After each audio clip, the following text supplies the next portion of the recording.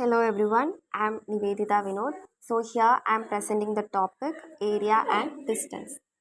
What we have done here for area has a counterpart in our distance velocity problem.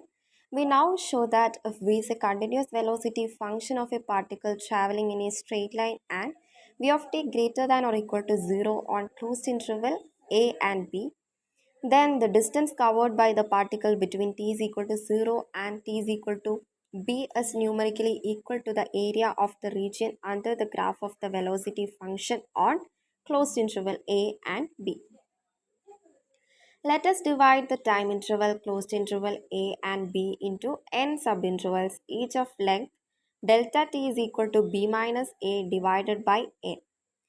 By means of n plus 1 equally spaced points, T0 is equal to A, T1 is equal to A plus delta T, and T2 is equal to A plus 2 delta T, etc. up to T of K, which is equal to A plus K delta T up to Tn, which is equal to B. Observe that if n is a large number, then the time intervals closed interval T0 and T1, closed interval T1, T2 close up to closed interval Tn minus 1 Tn are uniformly small. First, let us focus our attention on the first subintervals closed interval T0 and T1. Since v is continuous, we see that the speed of the particle does not vary appreciably in the interval and can be approximated by the constant speed v of c1, where c1 is an arbitrary point in closed interval t0, t1. Therefore, the distance covered by the particle from t is equal to t0 to t is equal to t1 may be approximated by v of c1 into delta t. In a similar manner, we see that the distance covered by the particle from T1 to T2 is approximately V of C2 into delta T, where C2 is an arbitrary point in closed interval T1 and T2. Continuing, we see that the distance covered by the particle from Tk minus 1 to Tk is approximately V of Ck into delta T, where Ck is an arbitrary point in closed interval Tk minus 1 into Tk. Therefore, the distance traveled by the particle from t is equal to a to t is equal to b is approximately v of c1 into delta t plus v of c2 into delta t plus etc. plus v of cn into delta t, which is equal to sigma k is equal to 1 to n v of ck into delta t. As n gets larger and larger, the length of the time subintervals gets smaller and smaller. We expect that the approximations will improve. It seems reasonable, therefore, to define the distance covered by the particle to be limit n tends to n tends to infinity, sigma k is equal to 1 to n v of ck into delta t. So here next we have a problem here. The speed of the cyclist is measured at 4-second intervals over a 32-second time span and recorded in the following table. If we let v denote the velocity function associated with the motion of the cyclist over the time interval closed interval 0 to 32, then the values of v are available to us only at a discrete set of numbers, even though v is clearly a continuous function defined on the interval. Find the approximate distance capital D covered by the cyclist from t is equal to 0 to t equal to 32 using 8 n is equal to 8 rectangles and choosing ck to be the left end point of the kth subinterval. 8 rectangles and choosing ck to be the right end point of the kth subinterval. 4 rectangles are choosing ck to be the midpoint of the kth subinterval.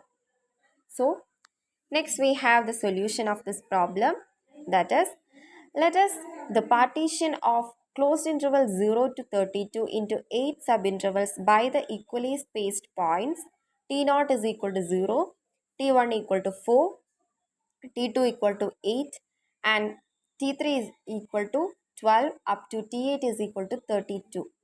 Then delta t is equal to 4 for each k is equal to 1, 2, 3 up to 8. Let Ck be the left end point of the kth subinterval. Then C1 is equal to 0, C2 is equal to 4, C3 is equal to 8, etc. up to C8 is equal to 28. The approximate distance d covered by the cyclist is given by capital D is equal to sigma k is equal to 1 to 8 V of Ck into delta t, which is equal to V of C1 into 4 plus V of C2 into 4 plus etc. up to V of C8 into 4, which implies 4 into V of 0 plus V of 4 plus V of 8 plus etc. up to V of 28, which implies that 4 into 2 plus 4 plus 6 plus 10 plus 12 plus 14 plus 10 plus 8, which is equal to 264 feet. And the B part is, let us use the partition of closed interval 0 to 32 into 8 subintervals by the equally spaced points T0 is equal to 0, T1 equal to 4, T2 is equal to 8, T3 equal to 12, etc. up to T8 is equal to 32. Then delta T is equal to 4 for each k is equal to 1, 2, etc. up to 8. Let Ck be the right hand point of the kth subinterval. Then C1 is equal to 4, C2 equal to 8, C3 equal to 12, etc. up to C8 is equal to 32. The approximate distance d covered by the cyclist is given by capital D is equal to summation over k is equal to 1 to 8 V of Ck delta t, which is equal to V of C1 plus C1 into 4 plus V of C2 into 4 plus etc. up to V of C8 into 4, which implies 4 into V of 4 plus V of 8 plus V of 12 plus etc. up to V of 32, which implies that 4 into 4 plus 6 plus 10 plus 12 plus 14 plus 10 plus 8 plus 6, which implies that 218 feet. And the C part is, let us use the partition of closed interval 0 to 32 into 4 subintervals by the equally spaced points T0 is equal to 0, T1 is equal to 8, T2 equal to 16, T3 equal to 24 and T4 equal to 32. Then delta T equal to 8 for each k equal to 1, 2, 3, 4. Let Ck be the midpoint of the kth subinterval. Then C1 equal to 4, C2 equal to 12, C3 equal to 20 and C4 is equal to 28. The approximate distance d covered by the cyclist is given by capital D is equal to sigma k is equal to 1 to 4 V of Ck into delta t, which is equal to V of C1 into 8 plus V of C2 into 8 plus V of C3 into 8 plus V of C4 into 8, which implies 8 into V of 4 plus V of 12 plus V of 20 plus V of 28. So the answer is 8 into 4 plus 10 plus 14 plus 8, which implies that 288 feet. Thank you all.